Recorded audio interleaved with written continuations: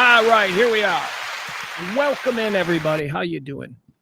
How's the sound? I had to do some things before the show started today on Monday, and I'm a little concerned about the sound. Is it coming through the computer, or does it sound like I'm on mic? Because this thing is tricky that way, and I require you, the chat room, to tell me if everything sounds okay or not. I am Pugs Moran. This is the Rant. We do it every Monday through Friday right here about noon. It's current events, hot topics, whatever it is that people are talking about.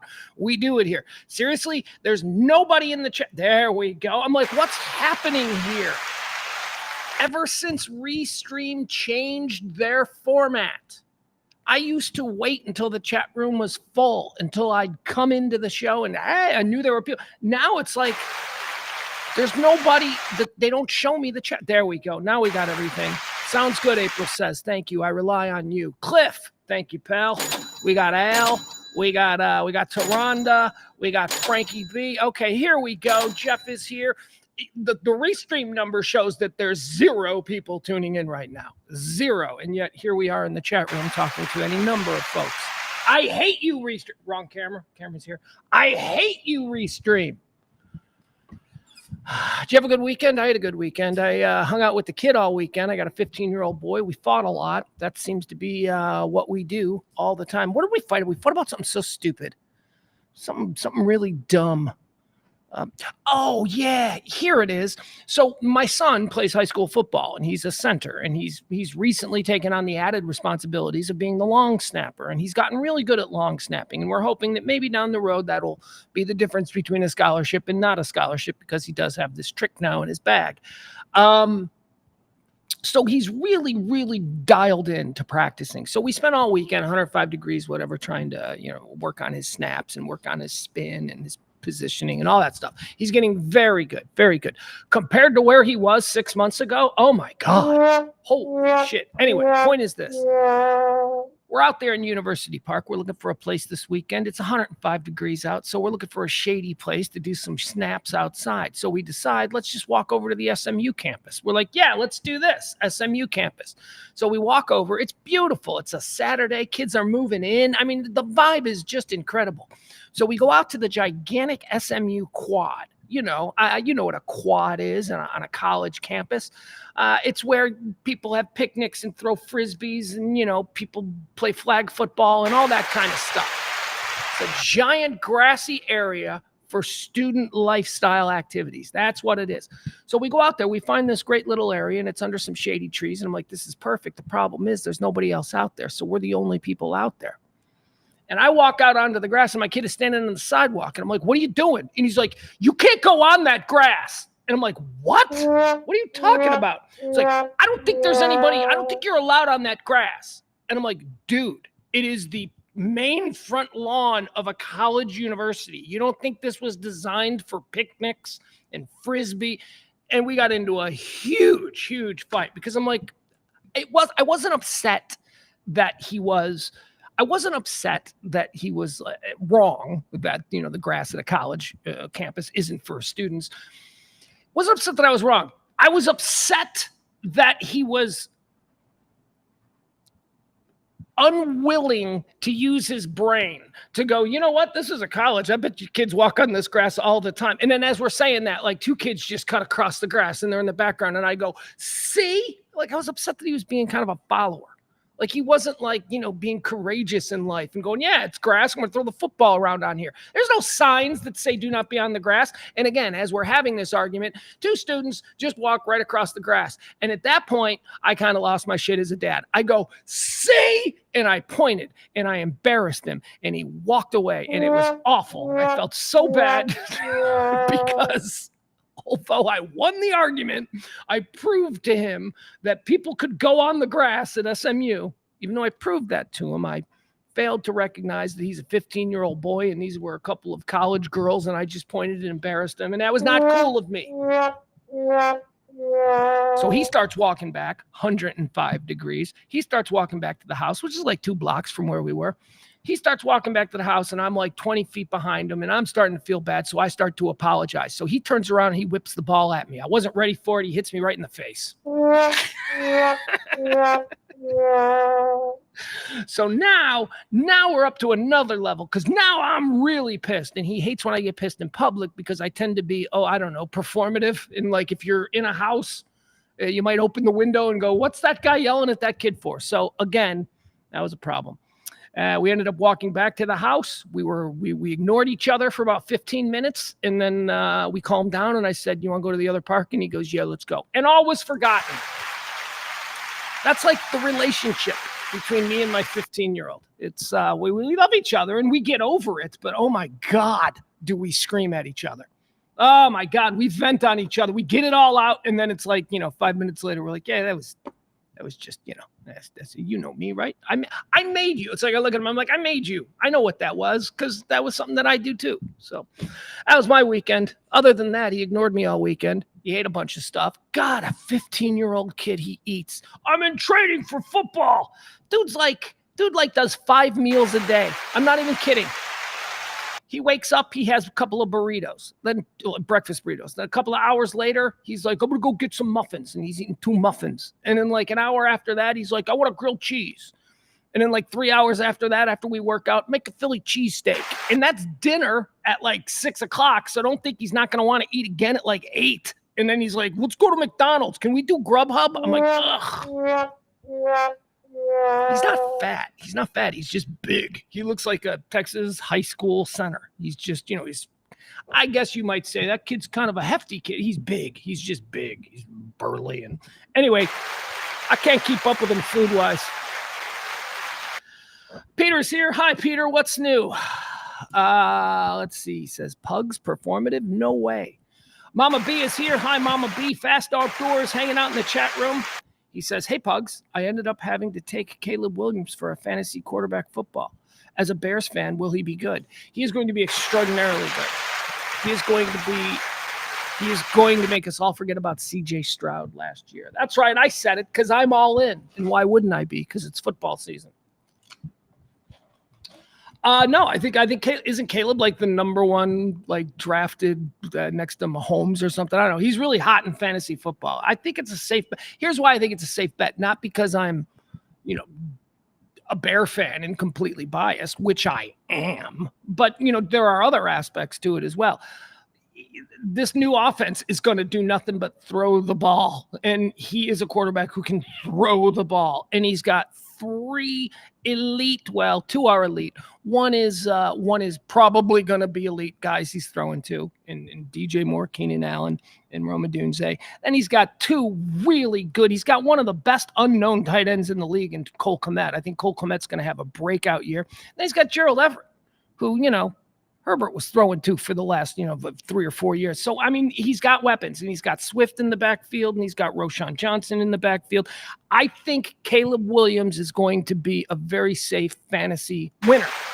I don't know if he's going to be the bet, but I think it looks like it is going to, especially since this offense is going to do a lot of chucking that ball around, and he's just the guy to do it. So not a bad pick, I would say. But again, I'm a fan. Cameron's here. Hey, Cam, how are you, buddy? All right. Big day in media today. Big sports day in media. Before we get into all the things that we're going to do here today, I just got to talk about something that I'm going through right now. I'm going through it today. I'm going through it, and I'm trying to be magnanimous, and I'm not trying. I am. I'm very excited. Today is one of those days. On the show, we go through history, and I say, well, here's an event that happened that I bet nobody took notice of on the day that it happened. But here we are 50 years later, and that turns out to be a good example of that was the other day. I talked about how Friday was the anniversary of the World Wide Web going public, being allowed regular people to use it. It was on Friday of the year 1992. And I said, I bet this didn't even rate dinner conversation. I bet nobody even knew what this was in 1992. And look at that. The internet was essentially born. Born did. What a big day that was. But in the moment, we didn't recognize it. I think we've got something on a much smaller scale, to be sure. But we've got something like that happened today, and it came out of nowhere. And it came out of fucking nowhere to me, somebody who has been fucking laser focused on this and wondering if it was going to happen. And I had no inclination that it was going to happen today, and it happened today. Fuck! But also, yay! What that is a company named All City Networks has expanded into the Dallas-Fort Worth market. All City Networks. What does All City Networks do? I'm obsessed with All City Networks. I'm obsessed with All City Networks, and I'm obsessed with their founder, a kid named Brandon Spano, who seems to be an absolute visionary and seems to be the only other person on this planet who I could sit and have beers with and talk about what I think is going to happen, and he might agree with me, because I've been having this conversation with people for 10 years, and everybody's like, but it's not radio, but it's, how do I listen in my car? Oh, fuck you. All City Sports Network is reinventing local sports talk from coast to coast, and they're doing it in an incredibly inspirational way. For me, somebody who's here now in Dallas doing Radio Misfits Dallas, trying to create local targeted content. I don't give a fuck that this is on YouTube and people in Norway can watch it. I want people in fucking Arlington watching it. So it's a new way of targeting digital content. Terrestrial radio, I say this all the time, terrestrial radio and terrestrial television in 2024 are just fucking stupid. They are far more complicated technology than there needs to be. Every radio station that you still listen to, they have some giant old-timey tower on a hill somewhere that costs about $1 million a year to fucking keep up. So that's called ridiculous overhead. And that's what television and radio do. They send a signal to a tower, and then the tower goes flat, and then you're riding around with your antenna and you pick it up and you watch it. That's so dumb. That is so dumb. It's a loss leader. It's money that doesn't need to be spent when they can just go digital. Every radio station should just be streaming digitally. People have phones. People can do digital in their cars. But Pugs, you love radio. Isn't this the death of radio? Yeah, well, you know what? I may have also liked horse and carriages, but when cars came along, I'd have probably been okay with it. So anyway, I've been saying for years, I'm like, you've got to get focused on replacing local media brands with digital platforms. The ticket is great. The ticket is what else is big in this town? Like KRLD is great. The ticket is great. But those are old-timey. Okay, what is the ticket of the next millennium going to be here in this town? I'll tell you one thing, it ain't going to be relying on a tower on a hill somewhere out in Cedar Hill. No, so it's going to be some. So All City Sports kind of recognizes this, and they have, over the past 5 years, they have been selecting certain markets to go in and start creating local digital content with big name, known local sports people. They did it in, I think it was Denver first, DNVR, which became massive. I mean, now you want to talk, I keep saying this, you don't think it's going to replace sports radio in America?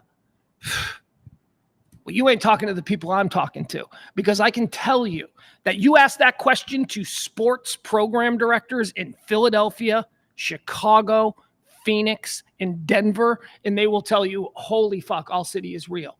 People who used to tune in to sports talk radio like The Ticket every day are now tuning in to this all sports network, whether you're in those cities. It's got to be in those cities because it's all for those cities.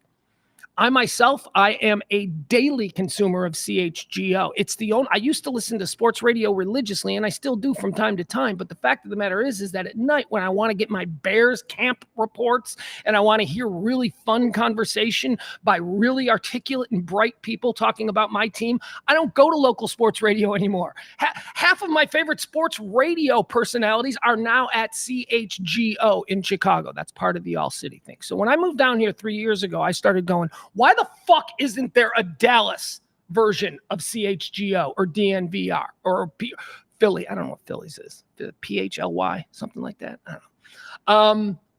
And so for the past few months, actually for about the past year, actually, the first time I brought it up, I've been working with people, trying to get the attention of All City Sports, trying to raise money on my own to bring this here. And that's why I say, this fucking blindsided me today. When I woke up this morning and I saw that DLLS DLLS, the All City Sports Dallas-based platform, went live today for the very first time out of nowhere. Well, I was crushed. I got sick to my stomach. I went, holy fuck.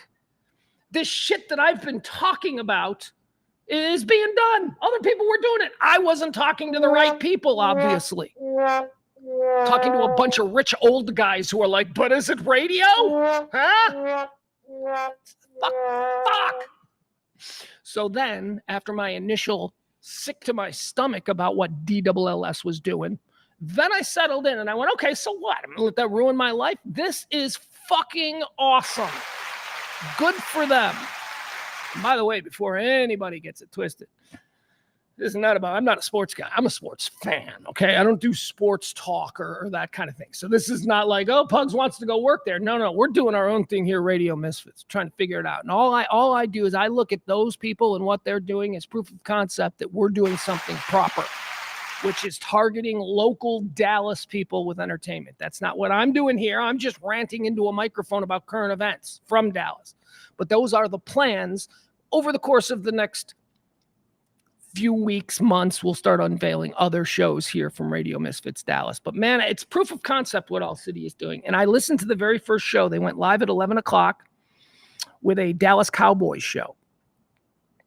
It's basically just sports radio. It's like a bunch of guys doing a sports radio show, but specific topics for like 1 hour. So this was a 1 hour Cowboys preseason wrap up, hosted by Jeff Kavanaugh, who is like, would have been my number one pick.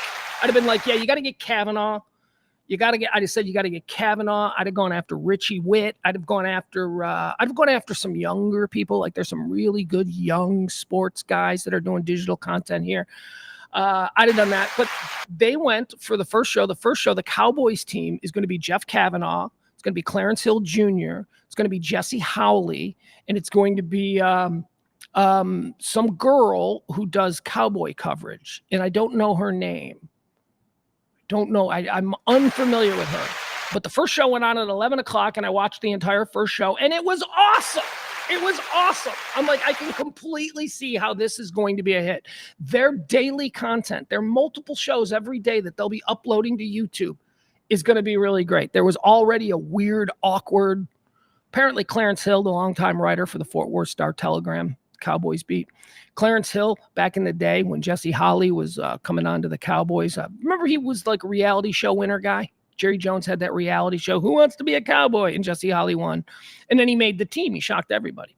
But there was this moment today, about 45 minutes into today's inaugural DLLS show, where Jesse Howley called out Clarence Hill to his face on shit that he wrote about him back when he was, trying to make the team. And it was awkward. It was so awkward. And then it was made okay because Clarence Hill, being confronted with this, didn't lay down. He just went hard. And there was like a 5-minute conversation about, you weren't good at football. What do you mean I wasn't good at football? You was a reality show winner. What are you talking? It was great. Local sports conversation. It was really fun. Anyway, I wish them the best of luck. And I can't wait to see what else they got. They're gonna have shows that are, the Cowboy team. They're gonna have the Ranger team. They're gonna have the Stars team, and they'll have the Mavs team. Kevin Gray Jr. is gonna be helming the Mavs content. It's really good. It's really good, and I'm telling you, a year from now, you people will be like, hey, this is really good, Pugs. Have you ever heard of it? I'll be like, I talked about it on the day that it debuted. It took you a year to figure out that this content is really cool. All right, so that's what's happening here locally in media. And I'm telling you, so I've processed through the whole thing. I told you that when I first saw it this morning, I was sick to my stomach. I was like, fuck, I wanted to do that. Again, I didn't want to host it. I wanted to run that bitch. I wanted to be the guy in charge of the content and the programming. That's what I wanted. I don't want to be on the air. I'm too old. Maybe I'm not too old, but I want young people. I want people in their 30s and in their 20s. That's what I need for digital content creation. I'm willing to be the fun old white guy, if that's even a thing. Is there such a thing as fun old white guys anymore? Anybody know? Anyway, last of my breed, I guess. So if you are a Dallas Cowboy fan, I highly suggest you go to YouTube and you look for DLLS Sports, DLLS Sports, and just subscribe. Just like it and follow them. And I'm telling you, for me, the way I use it for my Bears coverage, the Chicago version, CHGO, I come home from work, I put on YouTube, I go to the CHGO page, and I just hit boom, play. And it's just video after video, content after content of, and it's everything. It's everything. It's everything you could possibly want. And I think it is. I don't even call it the future of local sports radio. It's not the future of local sports radio because I've been consuming it as my primary source for 3 years. It's the present, and it's finally here in Dallas. You'll see. You will see. You will see. Over time, you'll be like, man, this is good. Why do I keep seeing this content from all city networks? All right, that's what happened today. I want to do that. But I don't, you know me, I don't want to do sports. I want to do some sports. I want to talk about sports. I love talking about sports. But I want to create here in Dallas. I want to do for lack of a better term, I want to do a guy talk show. Now that doesn't mean we don't have women. I mean, Pugs and Kelly was a guy talk show and it was filled with women. So I want to do that. I want to bring back that style of talk radio where it's just a bunch of people busting balls and making fun of the world. And I want to do multiple shows like that. Look, I don't need to bore you guys with it, but when I see what All City is doing, and then when I think about what I want to do with that kind of talk radio, creating it on the local level in different markets, that's proof of concept. It is proof of concept to me. You just have to say, well, we understand why this works because people are fans of sports teams. And, I'll say, look, dudes are fans of tits. We're going to have a lot of strippers. It's going to be like Howard Stern back in the 90s. We're going to bring back shock. Why? Because the internet is where you can do that fucking shit, where you don't have to be afraid. Oh, you're objectifying that woman. Well, she came in a bikini, okay? I think she was kind of wanting to be objectified. I think the pendulum is swinging. And I think that, when you think of like the Barstool platform, when you think of the All City platform, and then you think of what the Misfits platform could be. The Misfits platform could be that. It could just be content, guy talk content from a local base. Then you expand. Then we go to Houston, and we do Misfits Houston. We do whatever. Doesn't matter. A boy has dreams. And I'm happy for All City Sports. Good for them. Good for Jeff Kavanaugh. He's so talented. And all right, now look at me. I'm waiting to do this. I'm waiting for my documents to. Hold on. Kavanaugh's really talented. I'm glad that he landed there because I'm telling you, man, it's just going to be. He'll be there for 20 years. It'll be one of these things. In 20 years, he'll retire, and they'll be like, he's the Mike Reiner of DLLS, or something like that. Right place, right time, man. Okay. Sports Bras. There's another example. The Sports Bras are in the chat room. They're an incredibly good local sports content creator. The Sports Bras are fantastic. Check them out. Sports Bras on YouTube, Facebook, wherever. Are you guys involved in this at all, Sports Bras? Because I think you need to contact Brandon Spano. I think you need to start email bombing Brandon Spano. Yeah, I don't know who's it. I have no idea who the management team is at DLLS. As I said, this all just happened right under my nose without me even seeing it, me even sniffing it. I don't know who's in charge. Wants to be like Bruce Gilbert or some big baller like that.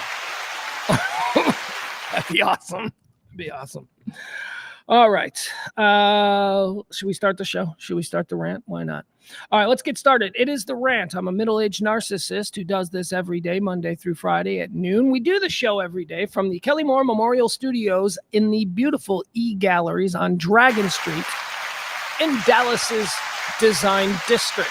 RadioMisfits.com is our home base. You should check that out. We go by Radio Misfits Dallas. All right, let's get started.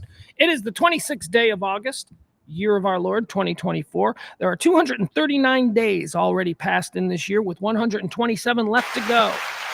So let's get those New Year's Eve plans started. What is sports bras? No, we are not, but we can definitely be misfits. I'll look at you. Yeah, sit tight, boys. Sit tight. Let's see here. Maybe that's what I just had an idea. Yeah, I'm not going to share it, though. I'm not going to share it. Never mind. I just had an idea. Hold on. I got to write this down. I don't want to forget this. Okay. All right. There you go. Oh, they come a mile a minute. They don't call me Billy Blaze for nothing. Did you get that reference? You guys know who Billy Blaze is? Look him up. Billy Blazejowski. Let's do the first quarter. This is a show unfolds in what I call segments or quarters. We're in a very sportsy kind of mind today. So let's do the first quarter. The first quarter I call antecedently on this day. It's a quick run through of the events that have shaped our understanding of this particular day in history. It is this day in history. It is previously on August the 26th or simply antecedently on this day. 1944, World War II, Charles de Gaulle re-enters Paris.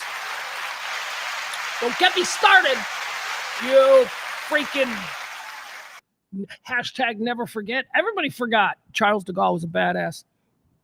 But if you ask the average idiot on the street, they'll be like, the French are pussies. No, they're not. You people have no idea of your history. As I say, I love Charles de Gaulle. Thought he was a badass. Ran the whole war, ran the French resistance from 4 seasons in London.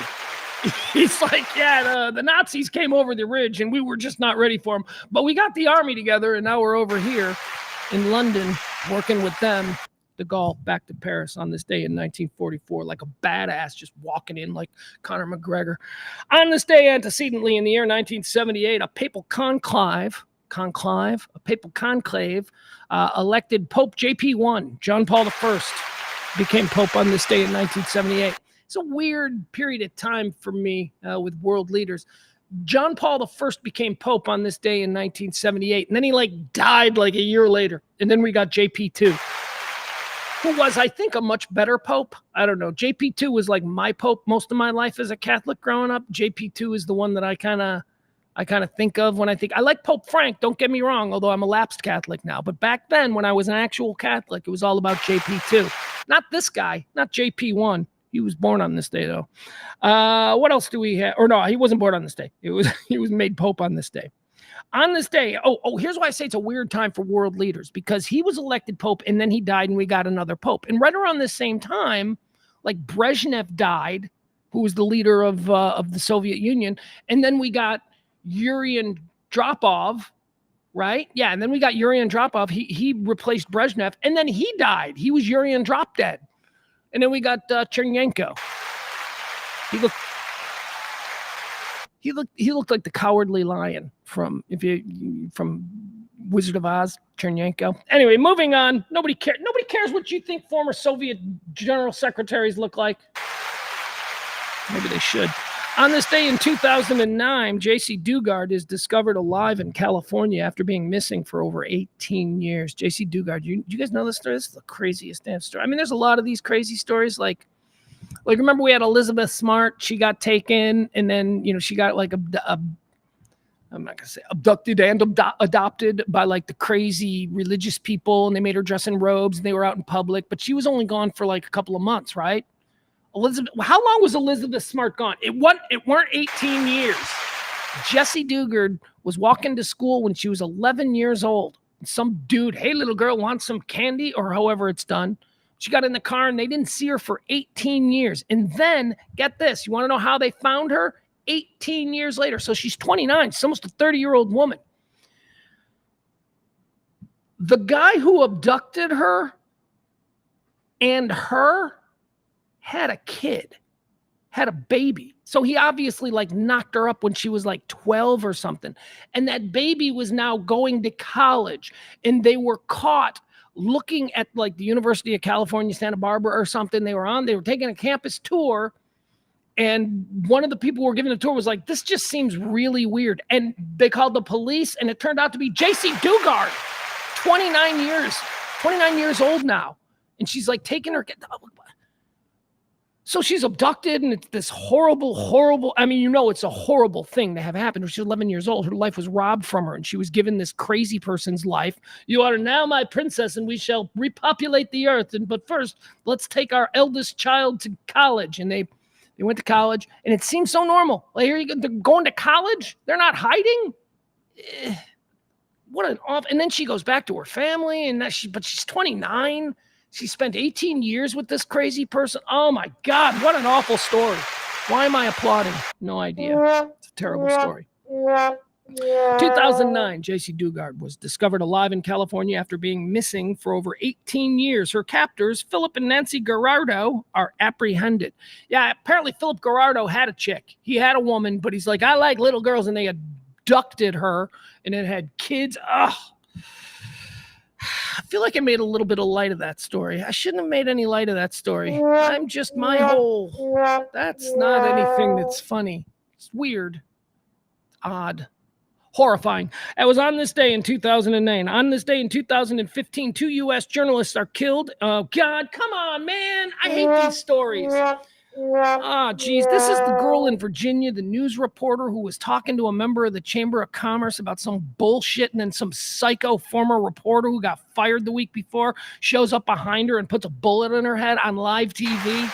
Oh, no applause. Oh, fuck. I remember seeing that. I don't watch those videos, but I saw that video. I was like, oh my God. Dude was a reporter at the station. He got fired for being a fucking crazy person. So he shows up at a live cover, news thing. He sees, I guess I don't know what he was stalking her or whatever, but there's a news van and she's interviewing somebody. And he gets out of his car. He pulls out a gun. He walks up. He shoots the cameraman. He shoots her, the reporter, beautiful young 24-year-old girl. Shoots her in the head, and then shoots the Chamber of Commerce lady. Chamber of Commerce lady would survive. I don't know about the cameraman. I think the cameraman died too. But my God, awful. That was on this day in 2015. On this day in 2018, 3 people are killed and 11. Oh my God! No. All right. We got 2 stories here in a row now that I see this. On this day in 2018, and then again on this day in 2023, there was a mass shooting in Jacksonville, Florida. The one in 2018. Do you remember this one? This was that kids gaming thing. It was like a Madden tournament, and some psycho lost or had a bad game, so he pulled a gun out of his backpack and just started shooting all the people he was playing with. Go outside and play, kids. Fucking Madden. You're going to just start killing. So that happened on this day in 2018. And then on this day in 2023, exactly 5 years after the 2018 Jacksonville shooting, there's another shooting in Jacksonville, leaving 3 people dead. How many people? 3 people are killed in 2018. 11 are wounded. In the 2023 event, only 3 people. You know what? I'm done. I don't want to do that anymore. Let's talk about birthdays. These are people having birthdays today. We call it quarter 2. All right. Born on this day in 1910, Mother Teresa. She was born on this day in 1910. My son and I were watching some YouTube videos. There's this series of videos called Curb Your Enthusiasm, Larry David versus the World. And it's just all these situations where Larry David, was getting into a Larry David Curb Your Enthusiasm kind of situation. And they're very funny. And we're watching it. And there's one with, he's arguing with somebody. He called somebody an asshole. Larry called somebody an asshole. And the person confronted him. Why'd you call me an asshole? And Larry was like, I mean, everybody's an asshole. Everybody gets called an asshole. It's not a big deal. There's nobody on this planet who's never not been called an asshole. And the guy says to him, he goes, Mother Teresa's never been called an asshole. And Larry goes, you don't think there's some guy in her life who at some point has got, boy, oh boy, Mother Teresa, everybody thinks she's so great, but she's an asshole. I thought that was funny. He goes, you don't think anybody's ever said that in Mother Teresa's life? And I'm like, well. So anyway, Mother Teresa on this day, born 1910. There you go. She's good.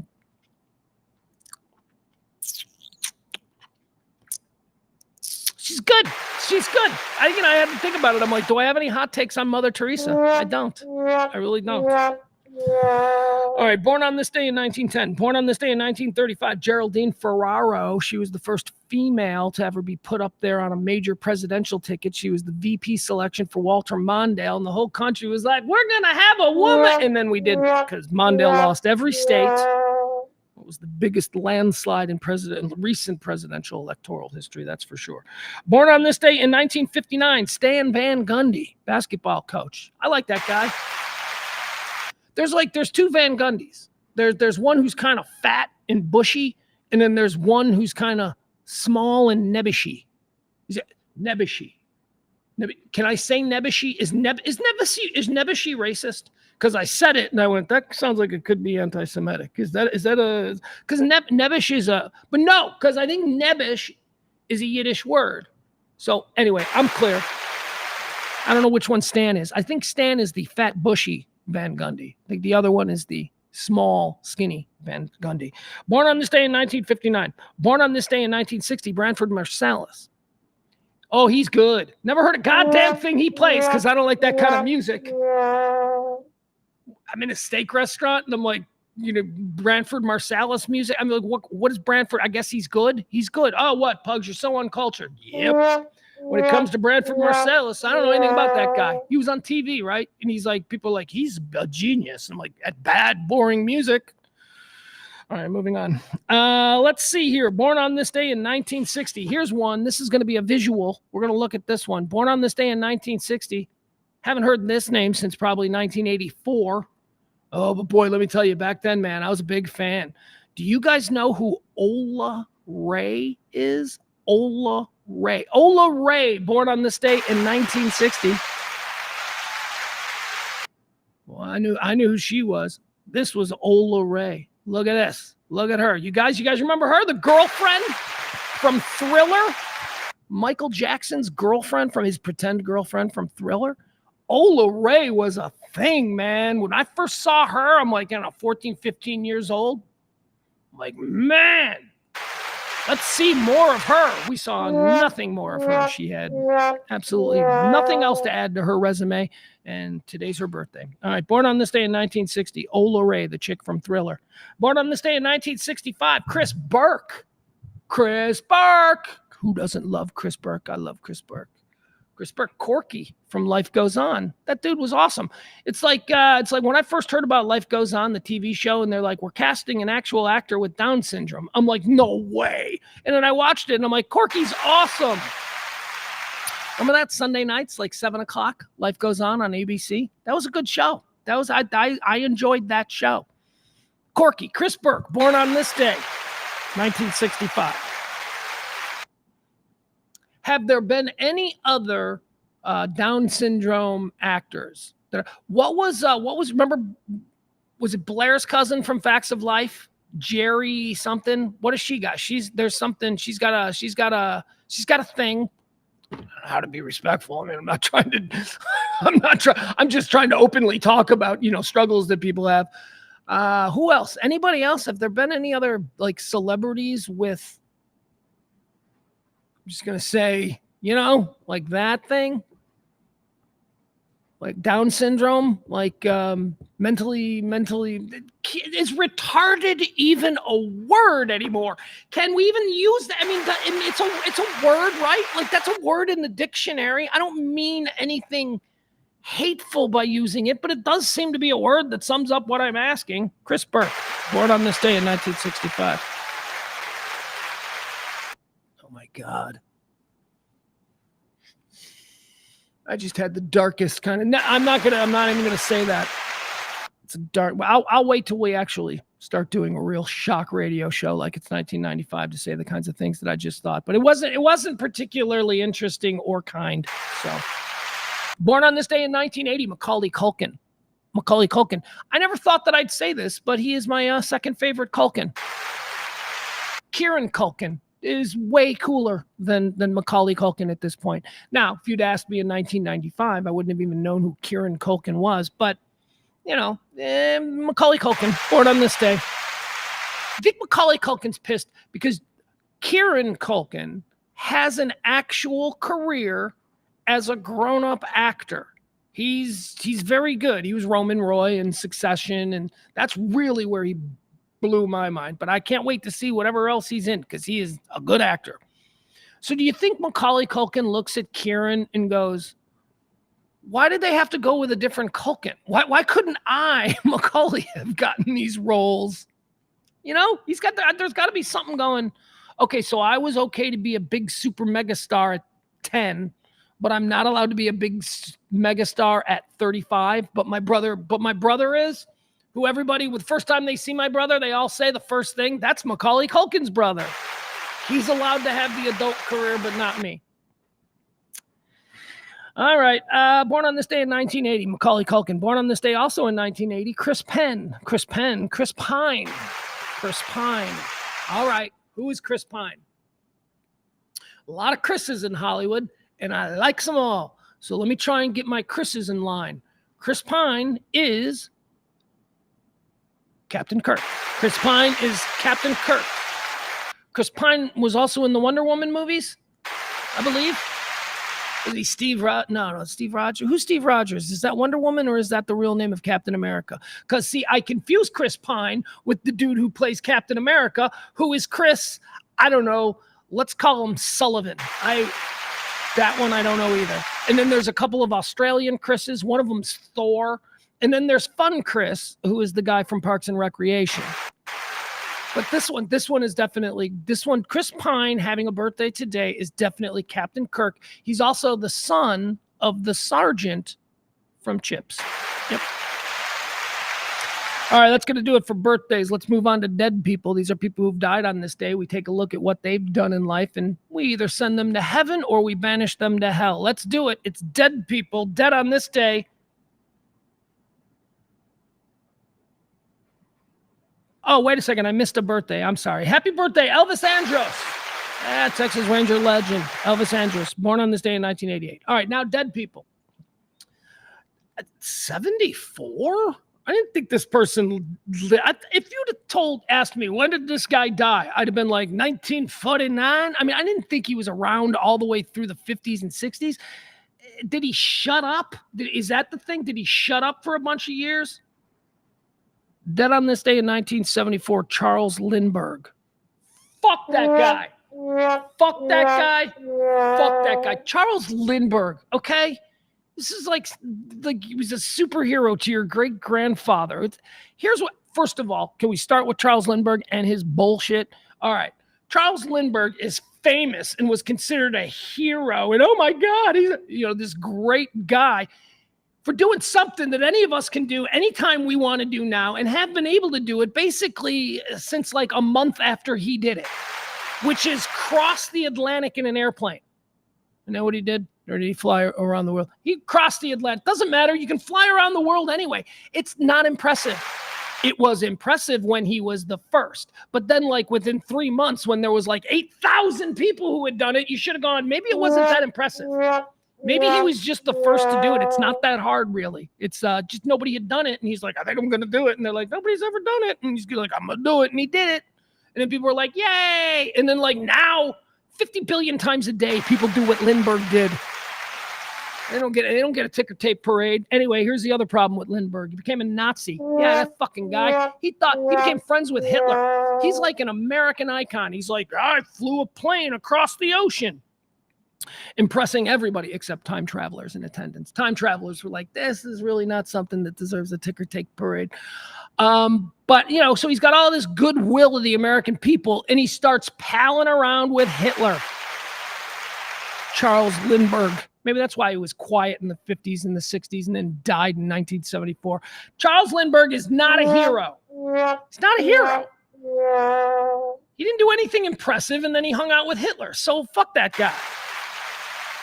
He's going to hell. Dead on this day.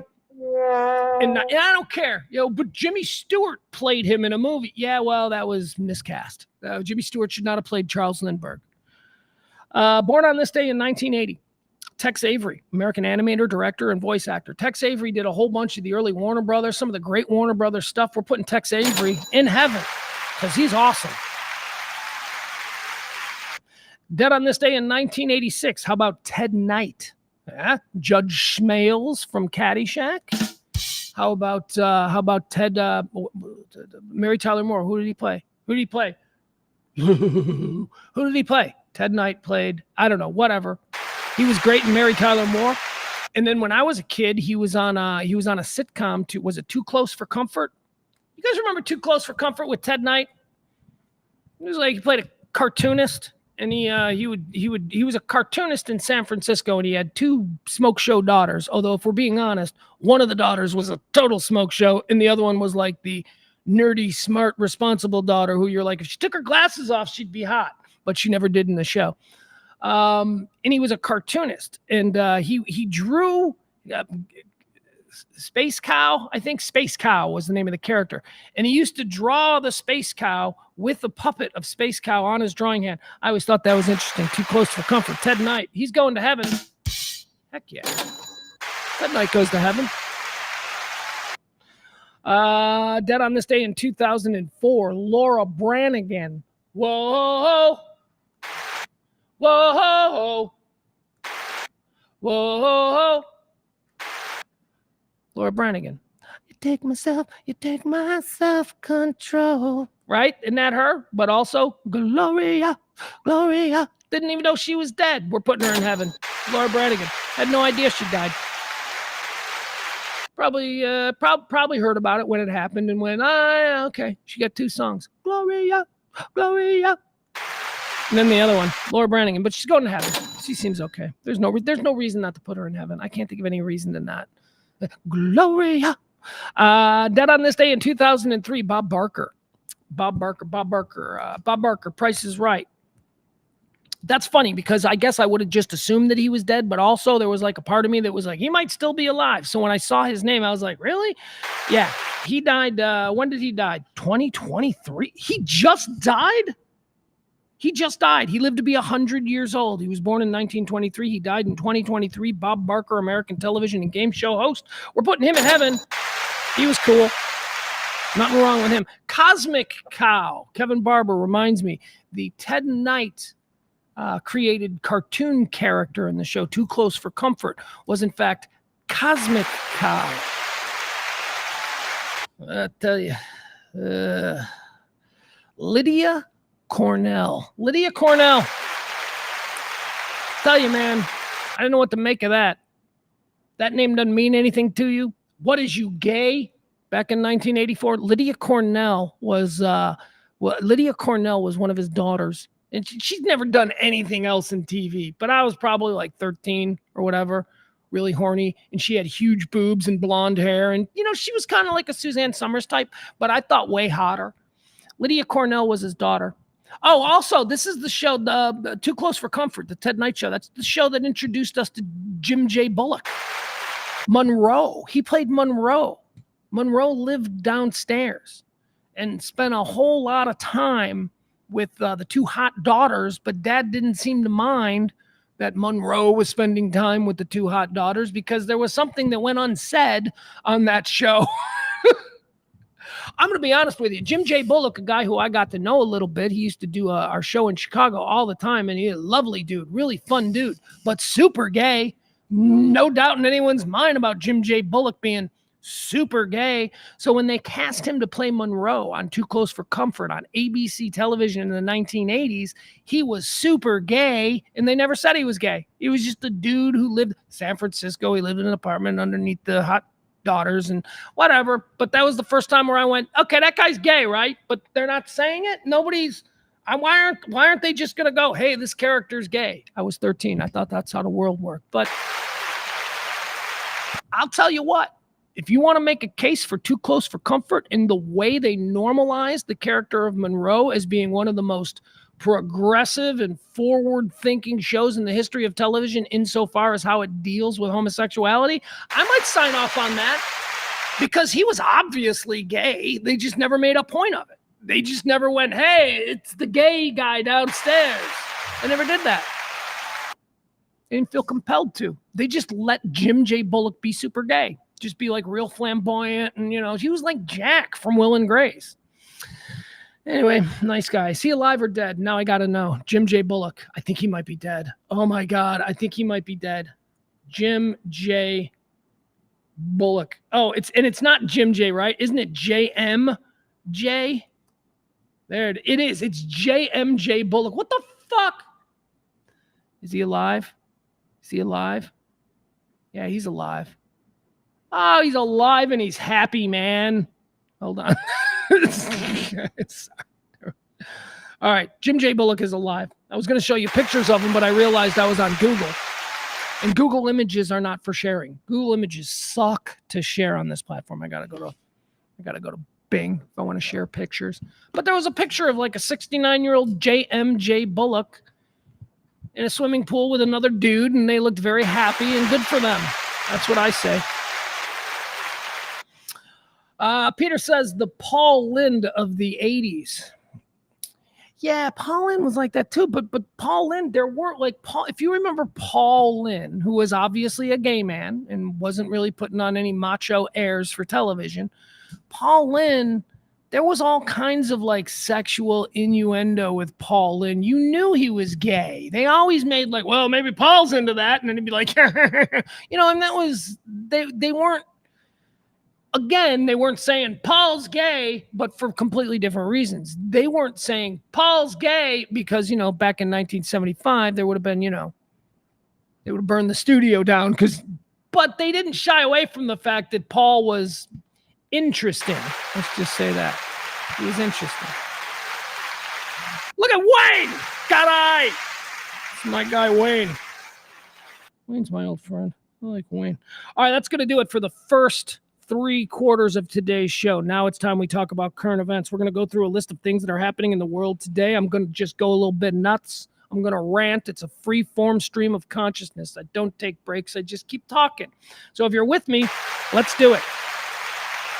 Also, I would like to point out at this time that we are still looking for people. If you're interested in helping out my former partner, Kelly Moore, Kelly Moore's family has a GoFundMe set up for her 2 youngest children. I believe they're super close to the goal, so maybe you can get them over the goal if you're so inclined. You can find a shortcut to the Kelly Moore, in loving memory of Kelly Moore, by visiting pugsandkellyshow.com. Just go to pugsandkellyshow.com, and that will redirect you to the GoFundMe page. And if you just want to go to that, you can go to the GoFundMe page and you can search in loving memory of Kelly Moore. So if you can, that would be great. There you go. Hold on. How do we do this? Hold on. I'm having a little bit of trouble here. Why won't the dead people go away? And why won't... There we go. Okay, I see it. I'm sorry. You know what? I've got so much stuff going on here right now. There you go. All right, there you go. We're going to put that up there. All right, let's talk about what's happening in the entirety of this here crazy mixed up world that we've got. How about the situation in Israel? You guys watching this? I thought we were going to have a full-out war starting on Saturday night. We've been waiting to see what Iran was going to do. Iran had been saber-rattling. This comes after a Hamas leader. No, or was it Hezbollah? I think it was Hamas. Okay, so there's 3 players we got to be aware of here, okay? You got Hezbollah, which is up in Palestine. You've got Hamas, which is essentially in the Gaza Strip in the West Bank. And then you've got the Houthis, who are down there in Qatar and all over that area. So Houthis, Hamas, and Hezbollah. All 3 of these groups are funded and armed by Iran. Why? Because Iran knows that if Iran directly attacks Israel, that the gig's going to be up, right? Bullshit. So a couple weeks ago, Israel blew up a compound in Iran, in the country of Iran, which was crossing a major line because it's a direct strike on Iranian soil from Israel. Iran would be justified in returning fire, and they claimed they were going to. They had the Ayatollah, who is the spiritual leader of the nation, not to be confused with the president, who is the political leader of the nation. The Ayatollah of Iran made all of these incredibly bombastic, saber-rattling, we will return fire and the Israelis will be wiped out. So that was very alarming. That was months ago. It was about a month ago at this point. We've all been sitting here waiting for Iran to respond. Well, I don't think Iran is going to respond. I think Iran kind of understands that if they respond directly, that's it, game over. And now we're going to have a coalition, and it's Saddam Hussein time in Iran. That's what they don't want.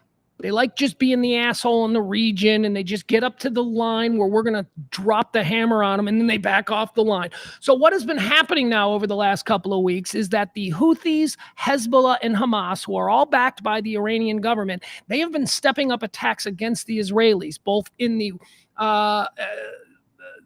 northern border area, which is the border with Lebanon, and also the Houthis are now blowing ships up in the water. The Houthis are now, a Greek tanker was blown up yesterday, which is a huge thing. It's a huge thing because, trust me, that's why we got naval ships in that region. We don't want to disrupt the shipping of oil to the rest of the world. And if the Houthis are able with any regularity to start disrupting shipping, now we're going to have an all-out sea battle there, and we're going to have the full United States Navy floating out there. That is not, look, all of this stuff about blowing up hospitals and schools and killing kids and wiping out and genocide and all of this stuff that people are screaming about, that's all well and good, and it's not going to move the needle at all. You know what's going to move the needle? You disrupt the flow of oil from the region. You do that like the Houthis did over the weekend, and now we got something serious. So in addition to that, before that happened, the Israelis launched a preemptive strike against Hezbollah on Saturday night. Israel said that their intelligence had told them that the Hezbollah militias were putting their shit together and getting ready to attack Israeli settlements there. So they preemptively acted on Saturday night, and that caused Hezbollah to then react for a couple of hours Saturday night, and it was very tense, and everybody thought the whole thing was about to go up, and then nothing happened, and it was kind of quiet. Although right now, we're in that stage where it's like, holy shit. So now we're taking, I don't know. I don't identify with any of these sides. I'm just trying to take a 30,000-foot view and explain what's going on. So now what you have is, you've got Israel, who is taking shit from the world for the way that they've conducted their operations in Gaza. So Israel's already, everybody's like, fucking Israel, we're pissed at you. We're friends with you, but we're pissed at you. So they got that going on. But now they're also being simultaneously attacked by 3 militia groups backed by Iran, but Iran doesn't have the balls to actually be like, yeah, it's us. No. So they're trying to get by on a technicality where, well, sure, we gave them money, but we gave Hezbollah, Iranian government, this is what they'll say, we give Hezbollah all of that money for food. If they spend that money on weapons, that is not, well, what about the Iranian drones and missiles that we found? How did our missiles and drones get mixed in with the dry goods and wheat that we were sending to the Houthis, right? So Iran's always trying to walk their way out of it. This is a big situation that's happening, and the next couple of days are going to be really crucial. If you remember, the United States, we had Anthony Blinken, our Secretary of State, we had that D-bag over there with his guitar strapped to his back. He's like, any open mics after I get done negotiating peace? I hate this guy. I hated him. He's They've been working on this peace deal over there for months. And as of Thursday of last week, remember the Biden administration? They're all like, hey, we're going to have peace. We're going to have peace. And then the whole fucking thing blew up in their face over the weekend. So much for that. All right, now let's talk about Starliner. You know, Starliner, the Boeing Starliner has been one of my favorite subjects since it fucking shit the bed about a month ago now. So the Starliner is Boeing's latest attempt to prove to the world that they're not a bunch of incompetent fools. Boeing's been going through it, man. Boeing can't get airplanes to work properly. And so now they're going, check out our space shit. And of course, the Starliner, it was the maiden voyage of the Starliner. Two astronauts went up to the International Space Station aboard the brand new Boeing Starliner. So they go up there, they dock in the space station, and they're hanging out, and they're like, yeah, it's so great to be here. Glad we get to go home. And then they got in the Starliner to go home, and it was like, hey,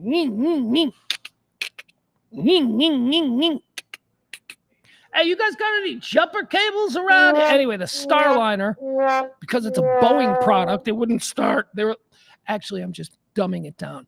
It's a far more complicated issue, but basically, for all we need to know, it wouldn't start. So now these 2 Starliner pilots are stuck up there on the ISS. They're not supposed to be up there. There's no place for them to sleep. There's not enough food. We haven't figured it out, like how I mean, they'll get there. We'll be fine. But they weren't, they're basically just sleeping on the floors up there. Or do you float? I don't know how that works. Point is this, they're not supposed to be there, and their damn ride won't start, so they can't get back to Earth. So everybody's scrambling. How do we get them down? Now, initially, Elon Musk, that D-bag, he steps up and he's like, oh, I can do it. I can rescue them, blah, blah, blah. And they start working on this plan for SpaceX, who, interestingly enough, is like the major competition for government contracts with Boeing. So SpaceX is like, well, we'll save Boeing, but maybe when you're looking to do that next big government contract, you'll want to sign with the people who had to rescue the people who got stuck. Anyway, that's why he's doing it. He's not being magnanimous by any stretch. He's just trying to prove that his SpaceX shit works better than Boeing shit. Well, that didn't work out because they got a couple of weeks into planning a rescue mission with the Starliner crew, and they realized something that they probably should have checked on first, and that was the life support suits that the Boeing astronauts have and are wearing are not compatible with the SpaceX spaceship. Can't have universal plugs. Well, all you stupid billionaires trying to blow up the moon, you guys can't have universal plugs. You can't just, I'm serious. It's probably something stupid like that. So anyway, so now they got no spacesuits. So they announced over the weekend that the Starliner crew, the two people, Suki somebody, and I don't know, let's call him Fred Davis. Fred Davis and Suki Stackhouse. They're up there. They're not going to come back until 2025. They're not going to come back till February because they can't make a spacesuit that'll support them in the SpaceX before then. Oh, this Starliner thing sucks. Now, let's talk about the human aspect of this, okay? So you're these two people. They were only supposed to be up there for like 6 days or something. It was like a 6-day thing. First of all, they're the first people to fly this piece of shit. They're test pilots. That's already a super ballsy profession, and that's, you got to be cool with that. That's a cool thing. So they're on a test flight, and for just clearing the pad. When they cleared the pad, it was like, yeah! And then, second stage, yeah! And then they're in space, and they're like, this thing works! They were only supposed to be gone a couple of days. Now they're going to be up there like 9 months. 9 months away from their family. They're going to miss Christmas. They're going to... Fucking Boeing. That's all I can say. Boeing. Big arrest that's making a lot of First Amendment advocates a little bit nervous. Big arrest over in France over the weekend. The guy who runs Telegram, this Russian oligarch dude. What's his name? Hold on, we'll get this guy for you. Pavel Durov. Pavel Durov. He created Telegram. Do you know what Telegram is? You shouldn't. Don't know. You know what? Just don't know what Telegram is. Telegram is like one of those sketchy ass social. It's an encrypted social media platform that's run out of I imagine a mountainside in the Baltic somewhere. I don't know. It's just something real sketchy. You can buy illegal drugs, I guess. They're big into kiddie porn. It's just, there's no rules. I don't know what it is. And I think that's a good thing because the little that I do know about Telegram, okay, so that's what it is. But we must separate. We must be intellectual when we talk about these events. We must separate what we think of the product from what is actually happening to the man. So this Pavel Durov guy, who is a total piece of shit, he's got 100 kids from 50 different women, but he's a billionaire, so, whatever. Kids have Air Jordans, but they don't know their father, but, hey. So he was arrested when he got off his private jet. He's a billionaire. He sold another company that he ran called VK, which I think is the Facebook of Russia.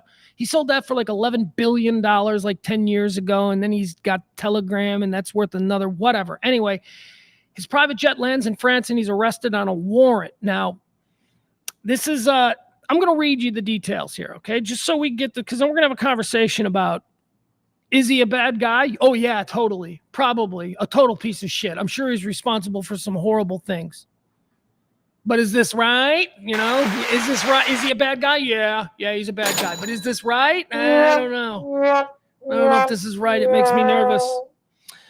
And by the way, this also has Elon Musk in the crosshairs. There is now a major concern that Elon Musk could be arrested should he find himself in the wrong airport in a European country for the very same reasons that this Pavel Durov guy has been arrested. Again, would love to see Elon Musk arrested, but I don't know if it's proper. I don't know if this is right. I mean, I just want to see it. I want to see him be arrested. I want to see him humbled and humiliated. Because I hate Elon Musk, except for I do appreciate the stuff he's doing with SpaceX. I do. Of all the, I have to keep saying this. I'm a space nerd.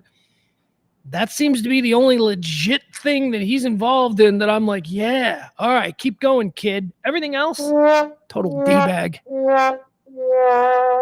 Stupid cars. Actually, not all his cars are stupid. I do like some Teslas, but that's cyberfuck. Cyberfuck. Being driven by a cyber schmuck. All right, Pavel Durov, the Russian-born billionaire founder and owner of the Telegram messaging app, was arrested at Le Bourget airport outside Paris shortly after landing on a private jet Saturday. He was immediately placed into custody. The arrest of the 39-year-old technology billionaire prompted on Sunday a warning from Moscow to Paris that he should be accorded his rights and criticisms. Whatever.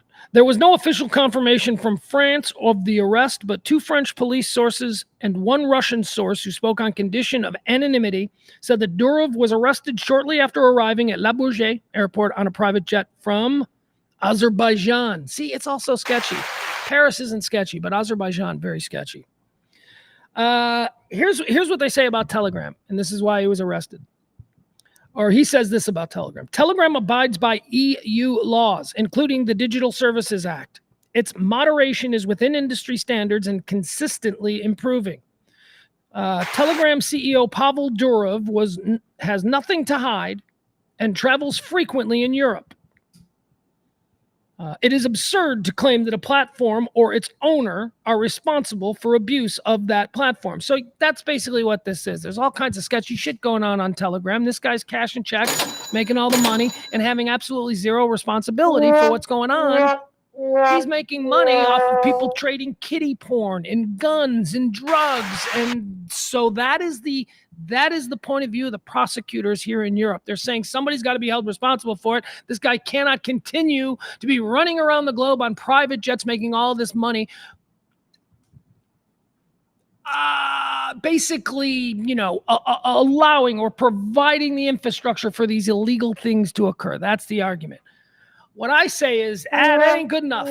I'm sorry, that ain't good enough. I happen to agree. Just because, you know me, I don't carry water for rich people. I think these rich people, they've all done something awful in their life to get to where they are. So I'm not carrying water for this guy. But in this particular case, I don't see how it is the responsibility of the dude who's in charge of the big, giant behemoth corporation to be responsible for what some jackass does. Now, I think there's middle ground here. I think that what will end up happening is that they will force Telegram to utilize more moderators, which currently, apparently, they only use 300. And give that into an example. Facebook has thousands and thousands and thousands of moderators that work there at Facebook. Twitter has the same. This guy, this Russian Telegram, only has 300 moderators whose job it is to catch kiddie porn, to catch guns, to catch drug deals going on their service. I don't think the guy needs to be put in jail, but I certainly do think that he can probably invest a little bit more money into making it more in line with what he claims we do the same thing as but he doesn't. He doesn't. Well, he says here, it's Telegram abides by EU laws, including the Digital Services Act. Its moderation is within industry standards, but it's really not. I mean, it's really not. And that's the argument here, is that he's just making all this money off of all this illegal activity that's going on this platform that he created, and that they're trying to hold him responsible. I don't know that he is ultimately responsible. I don't know what you do. All right, moving on. Apparently I have no take on that. Because, I want to blast this guy because he's a weird, freaky 39-year-old Russian oligarch billionaire. And I think there's probably zero redeeming qualities from this cat. But whatever.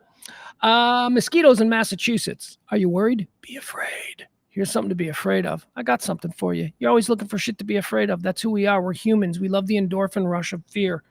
You're all going to die from mosquito bites. Not me. Not me, as I've been very, very clear about. I do not get bit by mosquitoes. They don't fucks with me. Mosquitoes look, of course, you can probably look at it as my ex-wife used to point out. I have sour blood. She said, you have sour blood. It's not because you're special, and it's not because mosquitoes are afraid to bite you. It's because obviously your blood sucks, she used to say. And that very well may be the case. But I've never been bitten by a mosquito.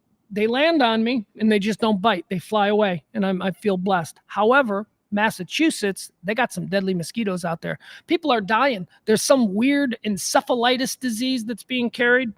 Yeah, I'll tell you what this is.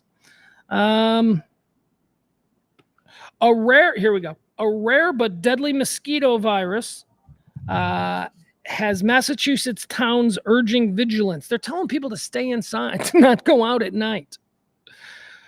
A rare but deadly disease spread by mosquitoes has one town in Massachusetts closing its parks and fields each evening. 4 other towns are urging people to avoid going outdoors. They're concerned about Eastern equine encephalitis.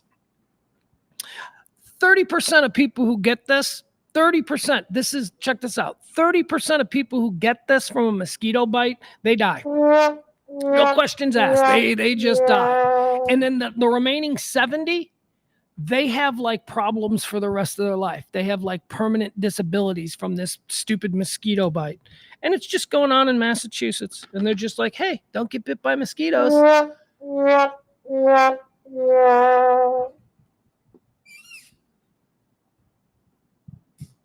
You know what I don't see anymore? When I was a kid, they used to have these trucks that would roll through my neighborhood. They were like flatbed trucks, and they had these big blowers on the back, and the blowers would spit out some kind of horrible 1980s toxic chemical, which was designed to fill the air and kill the mosquitoes. Do you remember those? Did you used to have those? And it smelled so bad. Like if you were out playing, like you were 12 years old in like 1982 or something like that, and you're out there playing at like 8 o'clock at night, a truck would come down the street and it would make that noise, and it would spray mosquito stuff. I guess the town was paying for that. I don't know. And now we got Mosquito Joe. But how come they don't do that anymore? How come that's not a thing I see anymore? Because that shit was toxic, right? And we as kids, we used to like ride our bikes behind it. Who could stay in the fog the longest? That is not a joke. That is something that we did. We would see the mosquito truck pumping out all of this black toxic shit, and we would get on our bikes and we would ride behind it, and you would try to get completely inside like the smoke, the plume of toxic mosquito killing smoke. That's what we did in the 80s. It's kind of shit Gen X did for fun. You guys are all pussies. You guys all suck. All right. Anyway, I don't think they do that anymore. I haven't seen one of those in 30 years, and it's got to be because a bunch of kids died. That is the other thing about Gen X that I always have to explain to my son whenever I'm telling him Gen X war stories.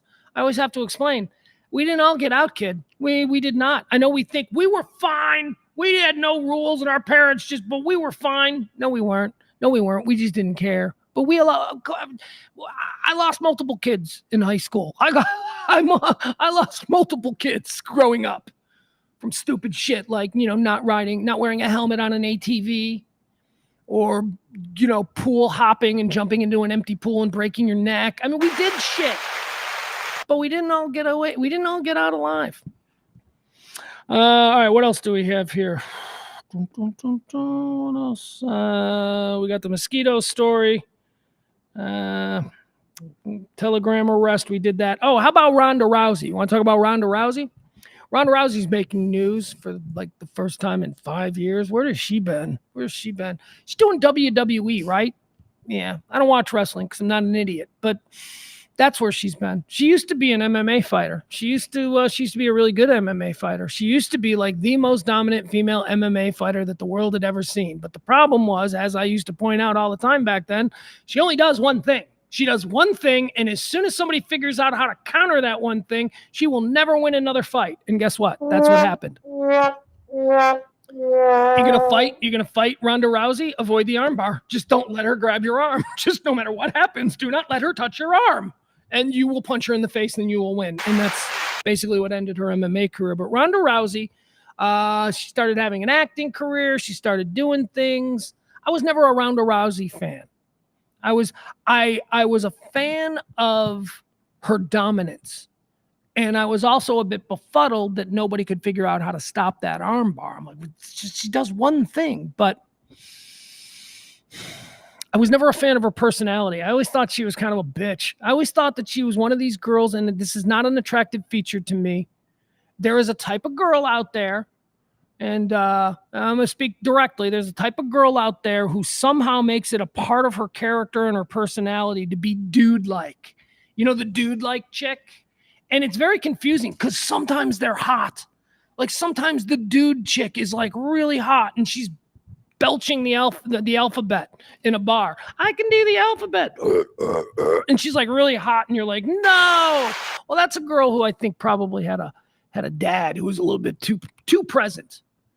You know, you got the spectrum of girls. You got the dads who are too present and they end up with like hot daughters burping the alphabet in a bar on a Friday night.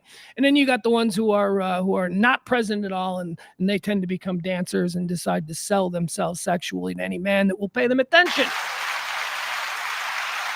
Those are the extremes. Again, that's there's a whole bunch of normal women in the middle. I'm just telling you what the extremes are. Can you handle that? Ronda Rousey was like the dude chick. She was always, because she was attractive. And I'm like, oh, she's attractive. And then you'd hear her in an interview and you'd be like, oh, yeah, she talks like one of the Bad News Bears. She's like, she doesn't really have any femininity that's really coming through here. It's all, I'm going to kick your ass. So I never took to her. I was impressed by her ability to armbar people. That's where it goes. Couple of years after she became famous, she became well known for also having shit takes, like really bad shit takes. Like not only is she kind of like a dumb dude chick, but she's also just dumb. She's just a dumb person who had a pretty big platform, and she's got what I call the arrogance of ignorance. There are a lot of people who are really stupid and they just think what they think and they're confident in their stupidity. Then you have the arrogance of ignorance. And they say things that are just so stupid, but they say it with such bravado and confidence that other dumb people are like, oh, they must know what they're talking about because they said it so confidently. No, she was one of those.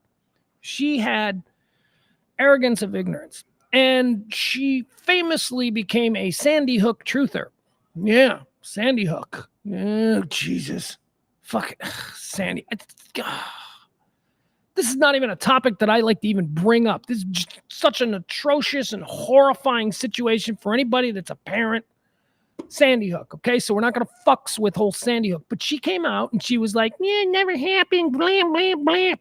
And she took almost zero heat for it back when she did that. There was zero heat. I guess we were all focused on, who's the other one? Who's the other chick fighter that everybody tries to cancel?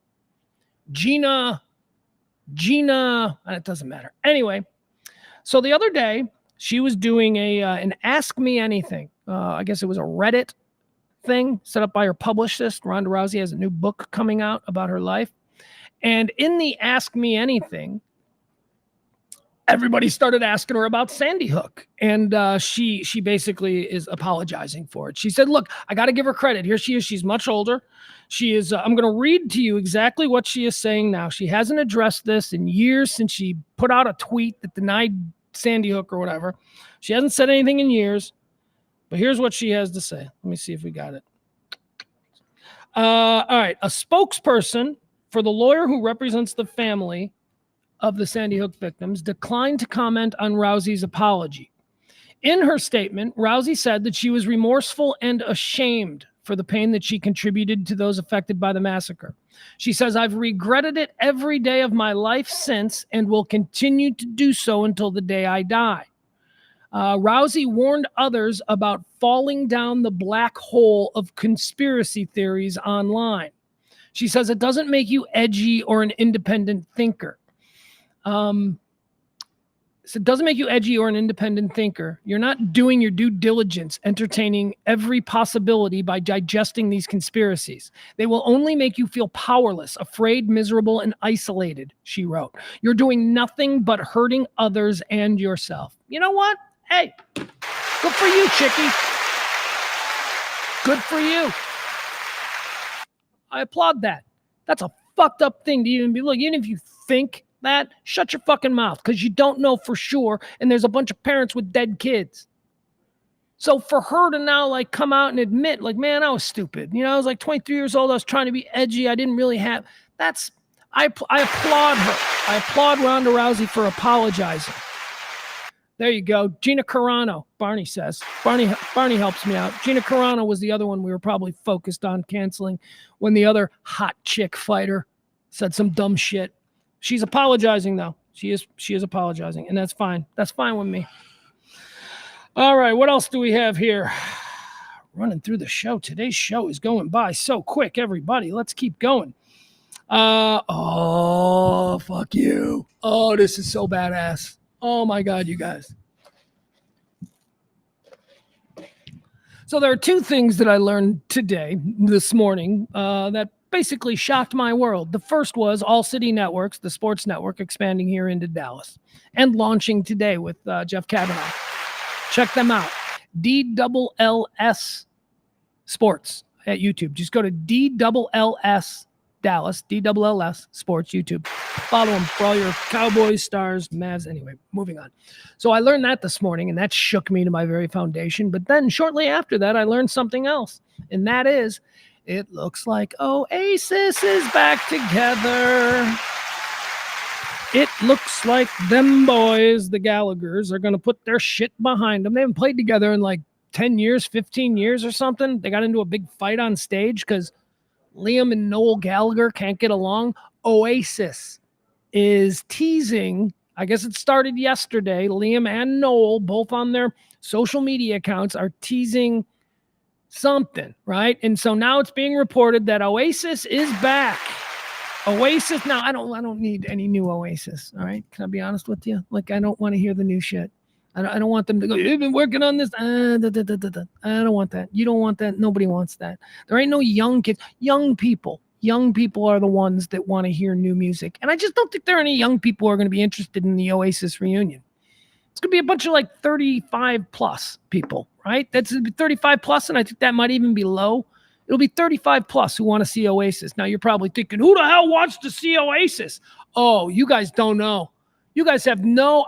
do you know how big Oasis is? They are easily one of the 5 biggest bands of the last 40 years. Oasis sold and did concerts. Now, maybe not in America, although they were big in America, but they were so much bigger everywhere else. Here's an idea. Or not an idea. Here's an example, I should say. So the Oasis concerts, this is the BBC I'm reading this from. The BBC is breaking this. Oasis is going to announce a reunion. Tickets go on sale tomorrow morning at 8 a.m. in London. And they're going to be doing, hold on, check this out. What are they going to be, at a bar? Nobody's going to want to see Oasis. Dude, they're doing like 10 shows in a row at Wembley. They're going to break Taylor Swift's Wembley record. Oasis, a band who hasn't played, and they're going to do it. You have no idea how big they are in England and all over that part of the world. Holy shit. Let's see here. Liam and Noel Gallagher have ramped up speculation that an Oasis reunion could finally be on the cards, as the brothers teased that a band announcement could be made as early as Tuesday. A short clip in the same font and style of the band's famous logo appeared on the brothers' social media accounts on Sunday. I mean, look, that's all you need to know. They are posting the same things. Liam and Noel Gallagher are posting the exact same things on their independent, mutual of one another social media pages. Yeah. That ought to tell you. They are talking. The fact that they are even it's real. Let's see here. The date being shared by the boys shows 8/27/24 before flickering and then reading 8 a.m. So that is when the tickets go on sale. 27th of August, year of our Lord, 2024 at 8 a.m. Fans of the Manchester rock band have pleaded with the brothers to regroup since they broke up in 2009 after a backstage brawl. They're awesome.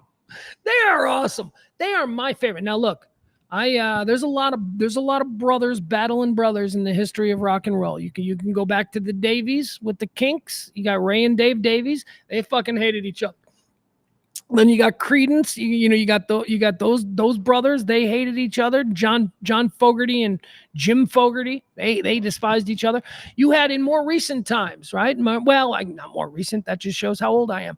But in the 90s, you had the Robinsons. You had Rich and Chris Robinson of the Black Crowes. They fucking hated each other. And of course, now you got Oasis. You got Oasis with Liam and Noel Gallagher. They were amazing together. They couldn't work together, and so the band broke up prematurely. And now we're at a point here where they're going to get back. Why can't everybody be Van Halen? The Van Halen boys seem to get along well, right? Alex and Eddie, there were no real problems there. They seem thick as thieves. Any other brothers in bands? I'm trying to think. Anyway, very excited about the Oasis story. Let's see here. Liam Gallagher spent much of Sunday online responding to rumors on X, formerly known as Twitter. He responded in one, "I never did like the word former." That was in reference to the headline from the newspaper saying former bandmates. And so there you go. There's that. Let's see, where's the information? It has been 30 years since chart-topping Definitely Maybe album by Oasis turned the Gallagher brothers into stars. The hype has sent fans into frenzy, with many people sharing their excitement. And one fan said, "Heaton Park is a terrible venue for concerts," with Liam responding, "See you down in front." Hold on. Where's the stuff about Wembley?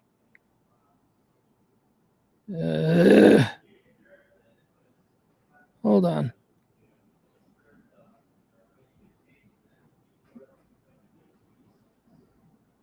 All right, there you go. Anyway, all you need to know is I could have just read to you what I was reading, but instead, anyway, yes, the tickets are, they believe to be a bunch of shows at Wembley going on sale tomorrow. What's Ross Rubio doing? Ross Rubio just out here shouting, "Pantera!" What about Pantera? Brothers. There you go. There you go. Thank you. There you go. Diamond Daryl. They got along good. They didn't fight. Did they? Did they fight? Is there like some?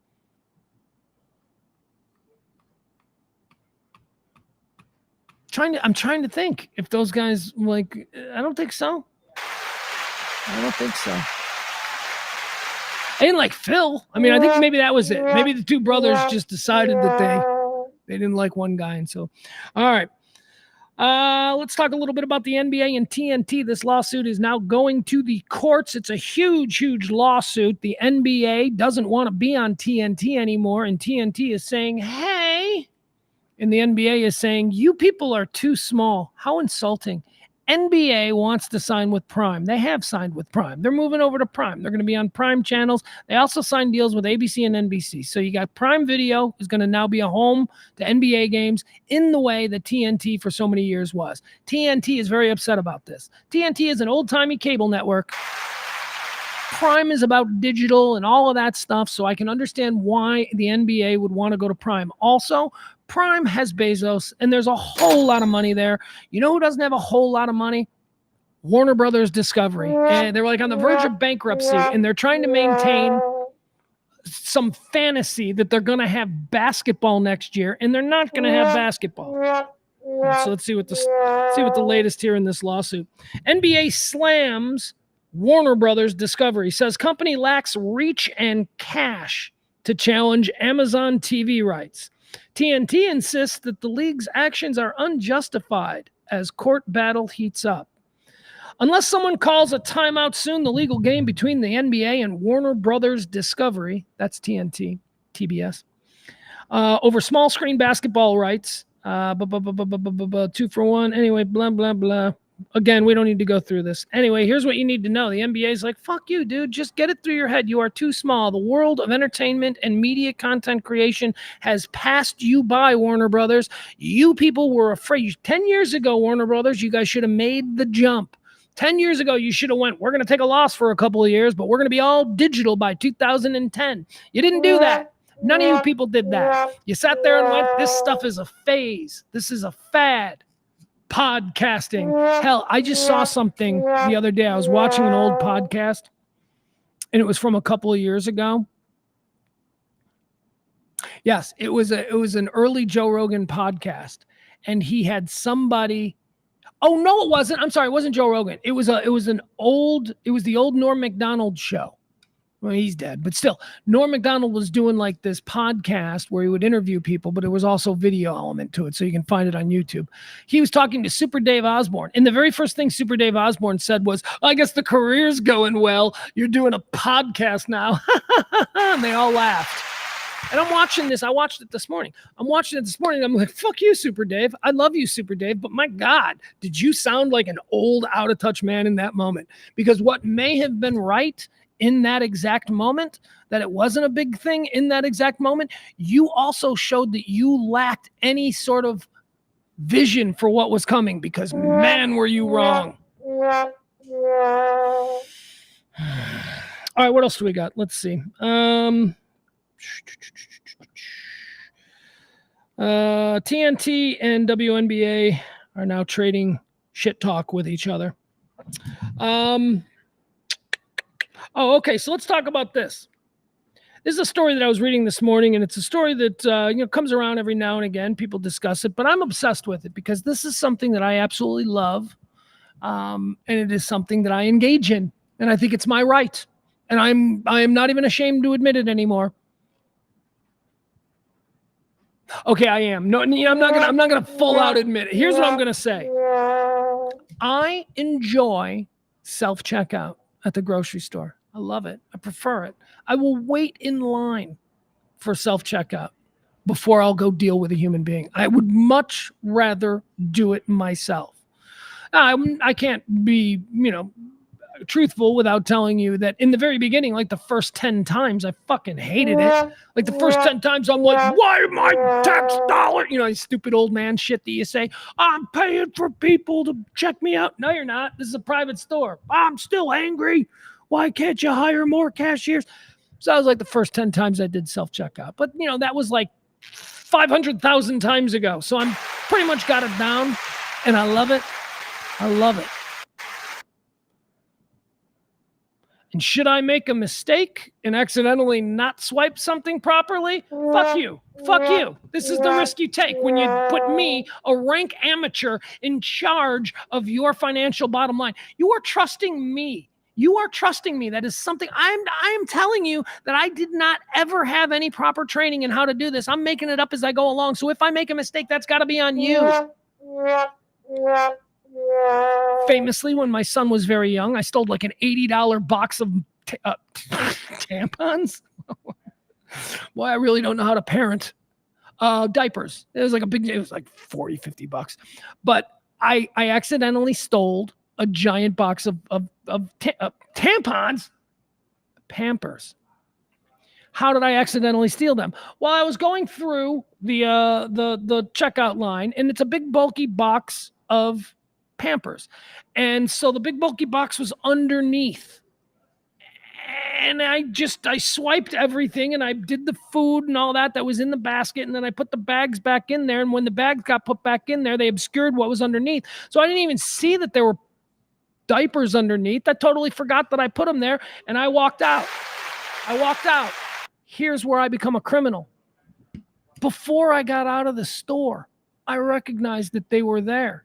And that was a moment of truth for me. I'm like pushing my way through, the first set of doors when you're exiting a Kroger, that'll get you to the room where they store all the carts, and it's kind of like an outdoor room. It's a little bit more elementy, and there's always like a security guard standing there. So as soon as I got to that room in the Kroger, getting ready to exit, I went, oh shit. I didn't pay for those diapers. It's a moment of truth.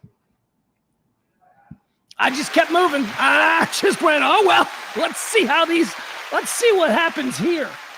And I'm walking to my car. You're walking cool because now you got the guilt of knowing that you did something that you probably should go back and pay for.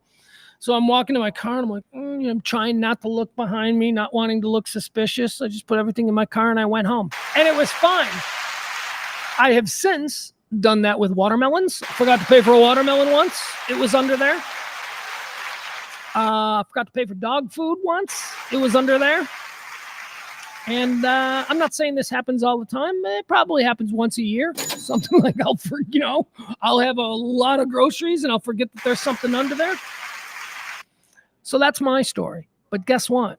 There's a whole bunch of you out there that also have that story. This story today from the New York Times says, I am sorry to confess that I belong to the criminal class. Nothing massive like pulling off a Brinks-style heist, just common garden pilfering. The offense happened in an upmarket grocery store when I was trying to swipe through some discounted soggy strawberries at the self-checkout. While running late for a meeting, the barcode refused to register 6 times in a row, and I even asked for the only assistant that I could see, who was halfway across the store yakking to a friend and ignoring my waving hand. Suddenly seeing red, I went for the finish and pay button and walked out with forbidden fruit. In that moment of self-righteous store rage, I felt that if the posh store didn't give a monkey's ass about customer service, then I couldn't be bothered with honesty. Yes, that is exactly how I feel. Exactly. And also, let's not cry for the grocery stores. See, the grocery stores, they've got accountants who have made the calculations. You think the grocery stores are like, what? People are stealing? You think no, they've got that worked in. The idea that people are going to steal X amount is baked in. And they know that when they take the losses from people stealing, and counterbalance that against what it costs to pay actual human beings an hourly wage, and then some of them get health insurance, they've decided that it is more financially advantageous to their bottom line to just have us steal strawberries or diapers every once in a while. So fuck them. Anyway, the story here says that more and more people are doing that with regularity. It says, I'm not proud of this moment, but I'm also enraged by a shopping process that's become even more impersonal and robotic. No, not me. I like it being impersonal and robotic. I'm fine with that.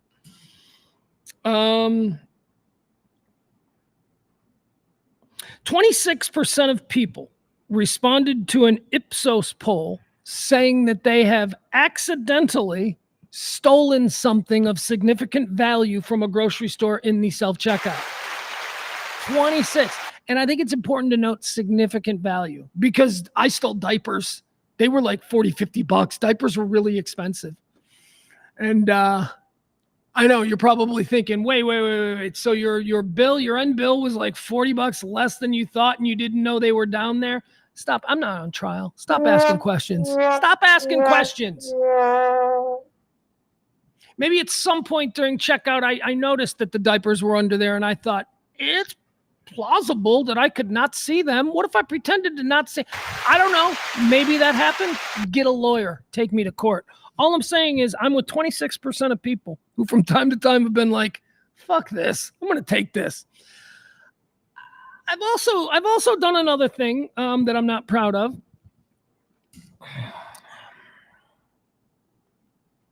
I don't want to admit this one. This one isn't bad.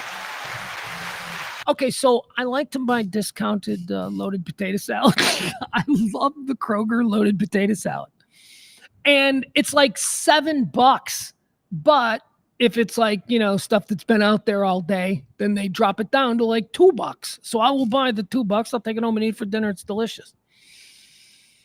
So when they mark it down, they put these little tags on it, these like discounted, reduced, and then it's got a barcode with the new price on it. And they put those things on furiously. They just go and put them down. Sometimes there's not a lot of attention to detail to those barcodes. So maybe I have at times taken one of those barcodes that was put on sloppily, had it stick to my finger, and then maybe placed it on a loaded baked potato thing that was supposed to be $7 but is now $3. Maybe that happened. Maybe that happens with regularity. Maybe I'm now a guy who looks for the labels, the discounted labels that are put on poorly that will easily pull off and be attached to something else. Maybe I'm that guy. I'm telling you, you guys should go shopping with me. I am fucking great at shopping. I know where all the secrets are. Barney is in here. What's Barney running his mouth for? Barney says, one of my wife's friends is being charged for it. It was a fairly big ticket item. Normally, I would be skeptical of the claim of a misunderstanding. But in this case, the lady is almost completely blind. Charge a blind lady. Stupid. He says, so the daughter scans everything and can't hear the beeps, and the mom that paid can't read the that sounds like a messed up situation. They sound like people who probably should be dealing with a human being, you know? I mean, if you've got handicaps, I mean, you know, you can't. I'm blind. I can't check myself. You know what I hate about it? I hate how almost every time I do this and where I'm swiping the shit, at some point the computer or the scanner will go, please wait. And then like they'll have to get a checker come over, right? You know, this thing where you have to stop because it's frozen up on you, or it doesn't want you to be able to do it before somebody else takes a look at it because they think you're being shady. And then it says, please wait for an attendant. And I'm like, fuck. And so I'm standing there. And it always takes forever unless the attendant is at the kiosk next to you. Then she'll just turn and do yours. But it always takes forever. And then they finally come over. And in the early days, I used to think, oh, shit, I'm in trouble now. They're going to go through all the things that I've scanned. They don't do that. They just walk up and swipe their card. They don't care. So if the computer is actually detecting something irregular, the person who's there that is called to check up on it, they don't check up on it. They just swipe their card and go, okay, you're fine. And I'm like, thanks, I guess. I'm going to continue on. 26% of people are just like me. Travis Kelce's dad is in the news. Travis Kelce's dad has apparently been banned from Twitter. Nobody's entirely sure why, but there you go. There's a news story. Old Ed Kelce got himself banned from Twitter. All right. Hold on. Can you hear that? There's people here in the studio.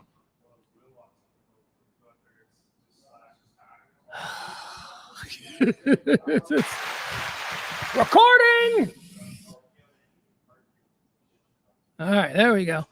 All right, let's see. What else do we have here? The last thing I wanted to talk about today, we're going to get out of here. Did you watch the Cowboys game? Did you watch? The question here that I'm reading off in the thread that I was involved in is Trey Lance a bust? Trey Lance.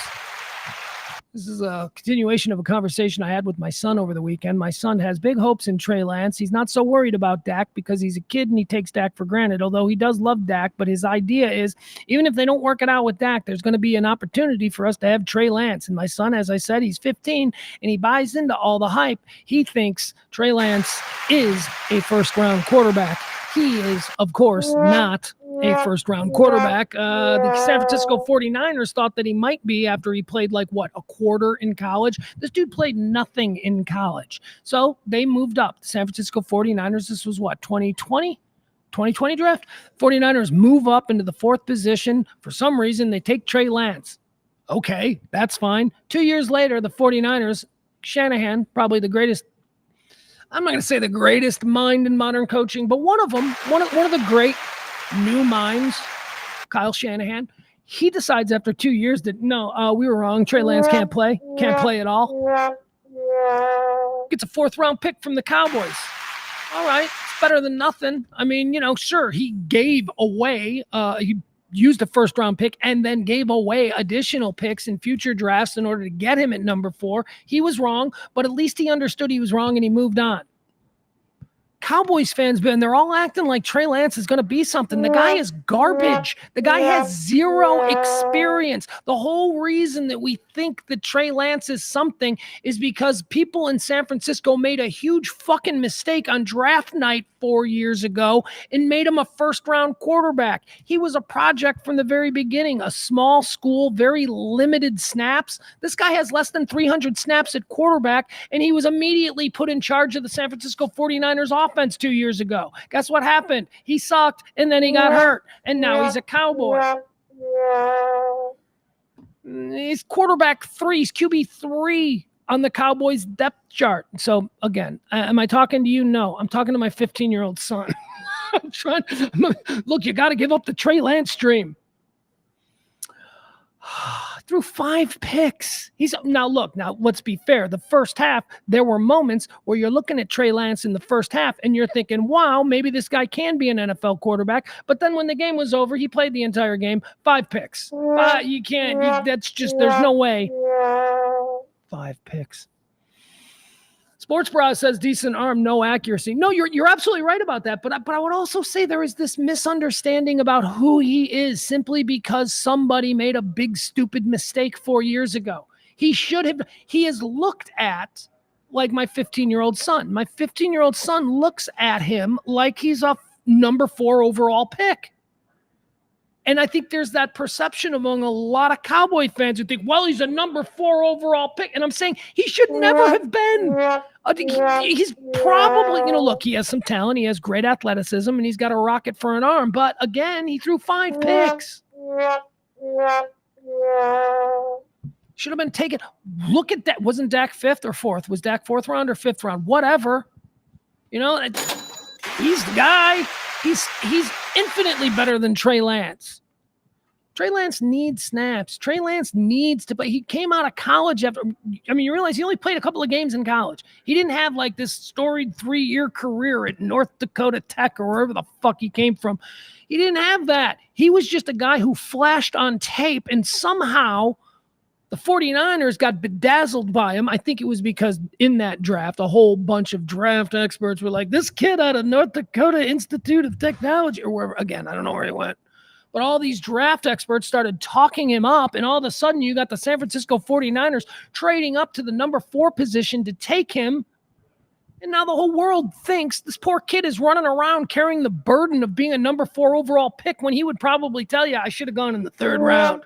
I had no experience. I'm a raw project that needs to be developed. I am not ready. All right. That's all I got. I got nothing else. Other than that, I think the Cowboys are going to be fine. My kid and I watched the game yesterday. And I know it's preseason and all that stuff, but I think they're going to be fine. I don't know if they're going to win a Super Bowl. I think that's I don't think they're there. I think you want to know what I think about the Cowboys this year? I thought that the Cowboys last year were a really good team who for some reason just couldn't get it done. But they were a very good team, a lot of talent on that team. This team this year is also a really good team, but not as good as last year.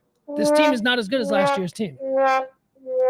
That doesn't mean that they're going to have the same record or a lesser record. No, it actually could mean that they're much better. I mean, it's all just about, where the chips fall. The moment, the cascading events that somehow intersect to create what is. I mean, there are teams that have won the Super Bowl that weren't even like the 10 best teams in the league. They just got hot at the right time. So, hope springs eternal. It is a new football season. But I'm telling you on paper, this team isn't as good as last year's team. This team's not as good. It's just not as good. Doesn't mean they can't win it all. All right. We love the Cowboys. Guys, I know what you're thinking. You're going, Pugs, you don't love the Cowboys. I kind of do. I kind of have to now, man. My 15-year-old, it's his team. I can't be a dick. I don't want to have that relationship with my son where I'm like this, legendary Cowboy hater like I've been since 1978 when Tony Dorsett and Roger Staubach blew my Bears out of the playoff, the wild card round. I was like, the Bears had sucked my whole life. Now, granted, I was only like 8 years old and had only been watching for 2 or 3 seasons, but they finally made it to the playoffs, and it's the Dallas Cowboys that blow me out. Blow them out.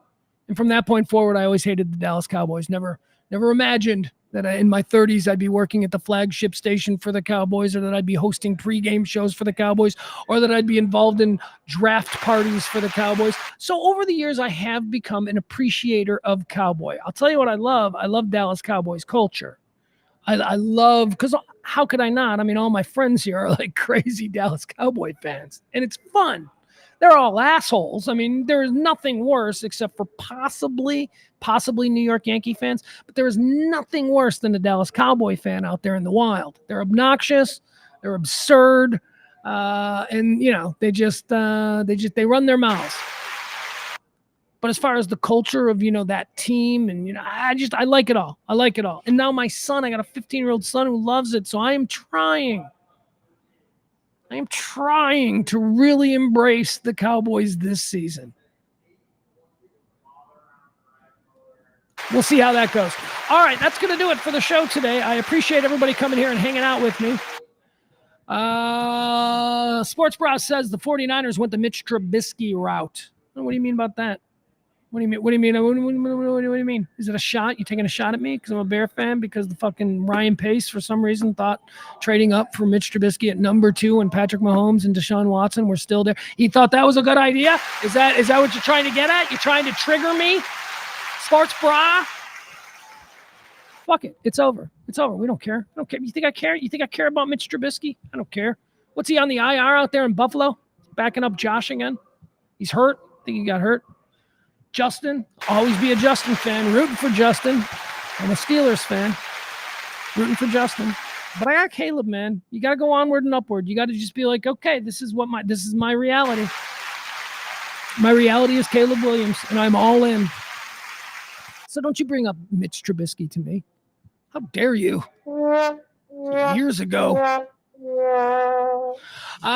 Let's see here. Electric Outcast says, I was thinking of following the Saints this year, but I think I'm going to follow the Chiefs because the Saints reverted back to the Aints a long-ass time ago. The Saints are a fun team. Saints have a fun fan base. They've got a whole fun vibe down there. But, yeah, again, it's like,